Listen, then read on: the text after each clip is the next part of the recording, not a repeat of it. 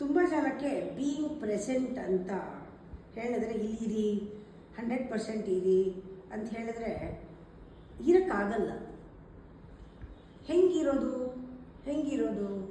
ನಾವು ಹೇಳೋದು, ನೀವು ಮಲಗಬೇಕಾ, ನೀವು ಮಲಗಿ ಊಟ ಮಾಡುವಾಗ ನೀವು ಊಟ ಮಾಡಿ, ಮಾತಾಡುವಾಗ ಮಾತಾಡಿ, ಕೆಲಸ ಮಾಡುವಾಗ ಕೆಲಸ ಮಾಡಿ.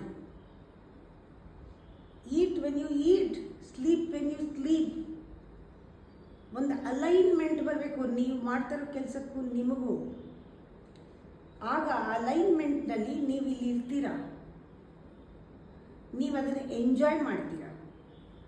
ನೀವು ಯಾವಾಗ ಆ ಮೊಮೆಂಟಲ್ಲಿ ಎಂಜಾಯ್ ಮಾಡದೇ ಇದ್ದರೆ ನೀವಲ್ಲಿ ಇಲ್ಲ ಅಂತ.